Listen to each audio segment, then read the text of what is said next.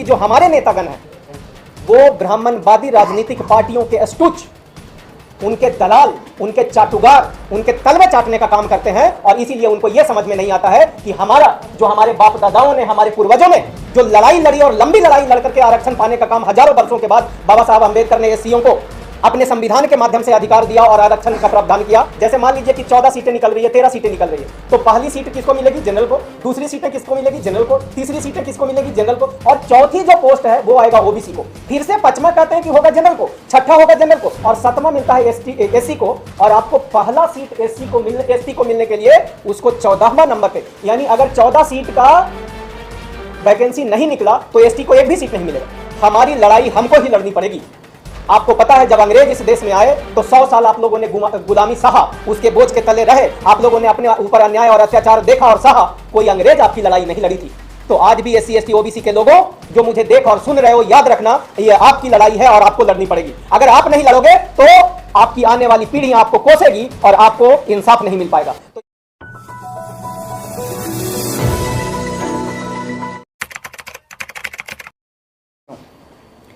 आज मैं आप लोगों से रूबरू हुआ हूं एक बहुत ही महत्वपूर्ण मुद्दे को लेकर, और यह मुद्दा उतना महत्वपूर्ण है जितना महत्वपूर्ण पिछले कुछ सालों में, आज से 30 वर्ष पहले जैसे आपने नाम सुना था मंडल कमीशन का, उसी प्रकार से मंडल कमीशन एक लंबी लड़ाई के बाद भारत देश के लगभग 60% आबादी के लोगों को मंडल कमीशन का आरक्षण मिला। लेकिन बावजूद इसके मंडल कमीशन एससी एसटी और ओबीसी के लोगों को आज 75 साल में भी जब आप रोस्टर सिस्टम को देखोगे तो आपको समझ में आएगा कि हमारे लोगों को आरक्षण मिलने के बावजूद भी सरकारी नौकरियों में उतनी भी हिस्सा नहीं मिली जितना कि हमारा अधिकार है, जितना कि हमारा संवैधानिक रूप से जो आरक्षण मिला है। तो तब मैं जो आज आपको बताने जा रहा हूं, बेईमान रोस्टर सिस्टम द्वारा बहुसंख्यक समाज के साथ सरकारी नौकरियों में हो रहे धोखाधड़ी और हक अधिकार की डकैती के बारे में मैं आपको डिटेल से बताऊंगा। मैं आपको बताऊंगा मनुवादी सरकार और उच्च संस्थानों पर बैठे मनुवादी लोगों के न्यायिक चरित्र के बारे में, कि किस प्रकार से ऊंचे ऊंचे संस्थानों में ऊंचे ऊंचे पदों पर बैठकर ये इस देश के 90% आबादी के लोगों को सरकारी नौकरियों और सरकारी व्यवस्थाओं से बाहर रखने का काम करते हैं। इसके बारे में मैं आपको डिटेल से बताऊंगा। मैं आपको यह भी बताऊंगा कि पिछले 75 साल से और खासकर पिछले 30 साल में मंडल कमीशन द्वारा पिछड़े वर्ग को मिले आरक्षण के बाद सरकारी नौकरियों में जो हो रहे घोटाले हैं, और ये घोटाला क्या है? Roster system. आप लोगों ने सुना होगा इस देश में 2 प्रकार का रोस्टर है, एक है 13 पॉइंट रोस्टर सिस्टम और दूसरा है 200 पॉइंट रोस्टर सिस्टम। और ये दोनों रोस्टर सिस्टम जो है वो एक बेईमान सिस्टम है जो इस देश के 90% आबादी को सरकारी संस्थाओं में जाने से रोकने का काम करती है। आज के तारीख में एक 5वीं क्लास का बच्चा भी है, वो आपको बता देगा कि जब 49.5% आरक्षण एससी एसटी ओबीसी को मिलता है और 50.5% आरक्षण जब जनरल कैटेगरी यानी अनरिजर्व्ड कैटेगरी के लोगों को मिलता है, फिर तो एक नौकरी जनरल का होना चाहिए और एक अनरिजर्व्ड का, एक रिजर्व का होना चाहिए और एक अनरिजर्व्ड का होना चाहिए। लेकिन आपको जानकर बड़ी हैरानी होगी कि पहला, दूसरा, तीसरा, अगर 4 किसी डिपार्टमेंट में पोस्ट निकलता है तो उसमें से 3 पोस्ट चला जाता है जनरल कैटेगरी को, अनरिजर्व्ड कैटेगरी को। और आपको सुनको यह भी जान के बड़ी हैरानी होगी, कहा तो जाता है कि देश निर्माण और राष्ट्र निर्माण के लिए जो मेधावी छात्र होते हैं उन छात्रों के लिए अनरिजर्व्ड कैटेगरी रखा गया है। लेकिन बड़े शर्म के साथ मुझे आज बोलना पड़ रहा है कि ये ब्राह्मणवादियों ने एक साजिश की है, सिर्फ रिवर्स रिजर्वेशन इसको बनाने का कोशिश किया है। और आज 50% में एक भी हमारा बच्चा जो मेधावी, चाहे एससी कैटेगरी का हो, चाहे एसटी कैटेगरी का हो, चाहे ओबीसी कैटेगरी का हो, उन बच्चों को ये जनरल कैटेगरी में नहीं जाने देते हैं, भले ही ये मेधावी क्यों ना हो। तो तब मैं आपको इस बारे में भी बात करूंगा कि ये जो झोल है, ये जो घालमेल है, ये कैसे चल रहा है। और आज मैं आपको बता दूं कि दिल्ली में और देश में अनेक हमारे नेता और विधायक हैं, लेकिन वो आज के तारीख में इस मुद्दे पे बात नहीं कर पाते हैं। क्यों नहीं कर पाते हैं? क्या वो एक छोटी सी बात नहीं समझ पा रहे हैं कि अब जब 40.5% आरक्षण अनरिजर्व्ड को है और रिजर्व को कितना है 49.5%, तो पहला जो अधिकार बनता है वो हम लोगों का बनता है, दूसरा अधिकार उन लोगों का बनता है। लेकिन नहीं, ऐसा नहीं है मेरे दोस्तों।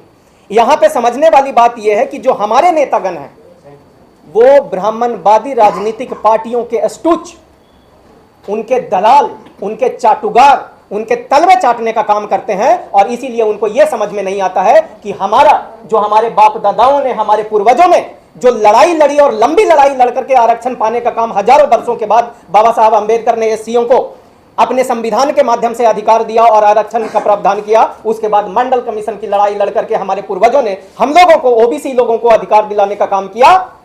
और उस अधिकार में, उस आरक्षण में आज जो चोरी हो रहा है, तो तब मेरे बेईमान और दलाल नेता उस पर आज चर्चा नहीं करते हैं। तो जरूरत है कि इस बात की चर्चा होनी चाहिए।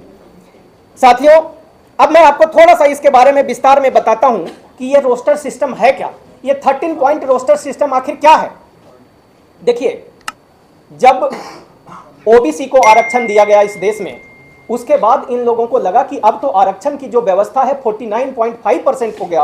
अगर इतने सारे लोग आ गए आरक्षण के माध्यम से सरकारी व्यवस्थाओं में, और ये लोग अगर सरकारों के उच्च उच्च पदों पर, जैसे किसी भी डिपार्टमेंट के हेड ऑफ डिपार्टमेंट बन जाएंगे, वाइस चांसलर बन जाएंगे, प्रिंसिपल बन जाएंगे, चांसलर बन जाएंगे, डायरेक्टर बन जाएंगे, चेयरमैन बन जाएंगे, तब तो ये लोग इंसाफ और न्याय करने लग जाएंगे। और जैसे ही न्यायिक प्रक्रिया इस देश में लागू होगा, उसी दिन से इस देश का जो 10% ब्राह्मणवादी मानसिकता के लोग हैं, इनका जो चोरी करने का जो जगह है वो खत्म हो जाए।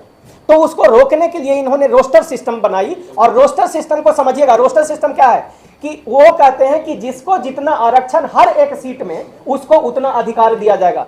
जैसे मैं आपको बता देता हूं कि अगर एक पोस्ट निकाली गई तो उस एक पोस्ट को अब 40.5% बन जाता है। 0.45 किसका बन गया? जनरल कैटेगरी का बन गया। वैसे ही 49.5% में अगर उसको हम डिवाइड कर देते हैं तो सबसे पहले आपको इसको इस प्रकार से समझना पड़ेगा, 0.27 हो जाता है ओबीसी का। वैसे ही 15% जो होता है वो एससी का होता है, तो 0.15 एससी का होता है। अब इन्होंने जनरल कैटेगरी वाले लोगों को उस पॉइंट सिस्टम में रखा ही नहीं। अगर वो रखते तो मुझे आप बता दो कि 40.5 एक सीट में एक पूरा कैसे हो रहा है, एक सीट कैसे पूरा दे रहे हैं। उसको भी जब 3 सीटें निकलेगी तब जनरल कैटेगरी को एक सीट मिलेगा। प्रोफेसर साहब, मैं सही बोल रहा हूं? लेकिन उन्होंने पहली, दूसरी और तीसरी सीटें अनरिजर्व कर दी। समझिएगा, जैसे मान लीजिए कि 14 सीटें निकल रही है, 13 सीटें निकल रही है, तो पहली सीट किसको मिलेगी? जनरल को। दूसरी सीटें किसको मिलेगी? जनरल को। तीसरी सीटें किसको मिलेगी? जनरल को। और चौथी जो पोस्ट है वो आएगा ओबीसी को। फिर से 5वां कहते हैं कि होगा जनरल को, 6ठा होगा जनरल को, और 7वां मिलता है एससी को। और आपको पहला सीट एसटी को मिलने के लिए उसको 14वां नंबर पे, यानी अगर 14 सीट का वैकेंसी नहीं निकला तो एसटी को एक भी सीट नहीं मिलेगा। अगर 7 सीट की वैकेंसी या 7 से कम सीटों की वैकेंसी, 6 सीट की वैकेंसी निकलेगी तो उसमें एससी को एक भी सीट नहीं देने का प्रावधान इन्होंने कर दिया। 3 से कम सीटें निकलेगी, 1, 2, 3, तो वो तीनों जनरल कैटेगरी को चला जाएगा। आप समझ रहे हो ये कितना बड़ा साजिश किया है? सब लोगों के लिए इन्होंने पॉइंट रखा है, लेकिन जनरल कैटेगरी वाले लोगों के लिए पॉइंट इनको समझ ही में नहीं आता है। तो तब मैं अपने वीडियो के माध्यम से कई बार आप लोगों को बताने का प्रयास किया कि जब 100 सीटें निकलती है, हम अनपढ़ गवार आदमी भी समझते हैं कि 100 में 49.5 सीटें एससी एसटी ओबीसी को मिलेगी और बाकी 50.5 सीटें जनरल कैटेगरी के लोगों को मिलनी चाहिए। लेकिन ऐसा है क्या? आप किसी भी सरकारी संस्था में चले जाओ, मेरे गुरु हैं, मेरे गुरु ने मुझे बताया कि बेटा जवाहरलाल नेहरू यूनिवर्सिटी में पिछले 75 साल से, और खास करके मैं कहूं 30 सालों से, जब वहां पे उन्होंने सर्वे करवाया तो आज भी जवाहरलाल नेहरू यूनिवर्सिटी में एससी कैटेगरी के लोगों का मात्र जो सीटें हैं, जो भरी है बहालियां, वो मात्र 3 से 4% है। जबकि एससी एसटी का कितना आरक्षण है बता दो, आप लोग को तो पता होगा ना, एससी एसटी को कितना आरक्षण मिलता है? 22.5% मिलता है ना, 15 और 7 22, ठीक है। अच्छा, उसके बाद मैं एक चीज और बता दूं, देखिए यहां पे ये हो गया। दूसरी बात मैं आपको बताता हूं, 27 सीटें, 100 में 27 सीटें मिलती है ओबीसी को। आप जेएनयू में चले जाइएगा, ओबीसी के लोग आपको 5 से 10 मिलेंगे 100 में। तो तब मैं आपको कहता हूं कि ईडब्ल्यूएस कैटेगरी जो लाया गया आज सवर्णों के लिए, आज उनके लिए लाया गया जो पहले से शैक्षिक रूप से मजबूत थे, जो पहले से सामाजिक रूप से मजबूत थे, उनको 10 आदमी को 10 सीटें दे दी गई। समझना इस घाल मेल को। और आज के तारीख में ईडब्ल्यूएस कैटेगरी का सीटें सारी भर रही है, लेकिन एससी एसटी ओबीसी की सीटें आज भी लगातार खाली है। तो तब मैं कहता हूं कि देखिए, मैं आज एससी एसटी ओबीसी समाज के सारे लोगों से एक बात कहना चाहता हूं कि देखो, हमारी लड़ाई हमको ही लड़नी पड़ेगी। आपको पता है जब अंग्रेज इस देश में आए तो 100 साल आप लोगों ने गुलामी सहा, उसके बोझ के तले रहे, आप लोगों ने अपने ऊपर अन्याय और अत्याचार देखा और सहा। कोई अंग्रेज आपकी लड़ाई नहीं लड़ी थी। तो आज भी एससी एसटी ओबीसी के लोगों जो मुझे देख और सुन रहे हो, याद रखना, ये आपकी लड़ाई है और आपको लड़नी पड़ेगी। अगर आप नहीं लड़ोगे तो आपकी आने वाली पीढ़ी आपको कोसेगी और आपको इंसाफ नहीं मिल पाएगा। तो ये मैं बताना चाहता हूं। देखो, एससी एसटी ओबीसी की लड़ाई ज्योतिराव फूले ने लड़ी हमारे लिए, बाबा साहब अंबेडकर ने लड़ी, और एक लंबी फहरिस्त है, बाबू काशीराम जी ने, बाबा साहब अंबेडकर ने, लालू प्रसाद यादव ने, मुलायम सिंह यादव ने, बहन मायावती जी ने, और हमारे जितने भी नेता हैं वो लोग हमारी लड़ाई लड़े। कोई ब्राह्मण हमारी लड़ाई नहीं लड़ेगा, इस बात को आप लोग याद रखना।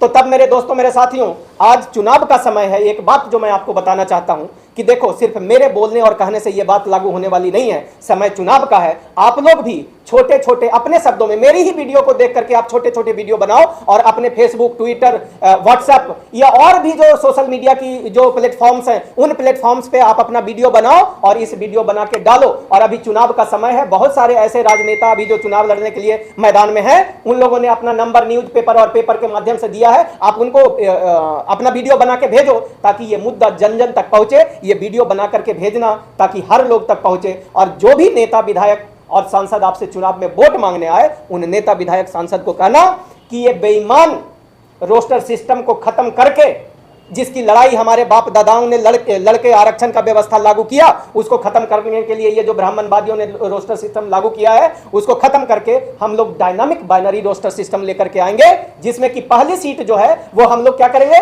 उसको हम लोग लॉटरी कर देंगे, क्योंकि पहली पे तो किसी का हक नहीं बनता है। 40.5 उसका है, 27 ओबीसी का है, 10% ईडब्ल्यूएस का है, 15% एससी का है और 7.5% जो है वो एसटी का है। इसका मतलब पहला सीट को हम लोग लॉटरी करेंगे, जो दूसरी सीट है उसके हिसाब से जनरल को जाएगा, जो तीसरी सीट है वो ओबीसी को आएगा, और इस प्रकार से एक जनरल और एक रिजर्व, एक जनरल एक रिजर्व, इस प्रकार से जब हम करेंगे तो जितनी आरक्षण हम लोगों को दिया गया है 49.5%, तभी हमारी वो सीटें वैकेंट जो है वो भर पाएगी। और इस प्रकार से हम लोग डायनामिक रोस्टर सिस्टम को लेकर के आएंगे। और आप लोगों को फिर से अंत में जाते जाते मैं इतना कहना चाहूंगा कि आप लोग जरूर आने वाले नेता, विधायक जो चुनाव में वोट मांगने आएंगे, उनको बताना कि हमारे बच्चे पढ़ लिख करके बेरोजगार हो रहे हैं। और आज आपको पता होगा कि 90% हमारा पढ़ा लिखा बच्चा बेरोजगार है, क्योंकि सरकारी नौकरियों में रोस्टर सिस्टम और इंटरव्यू जैसी बेईमान सिस्टम है।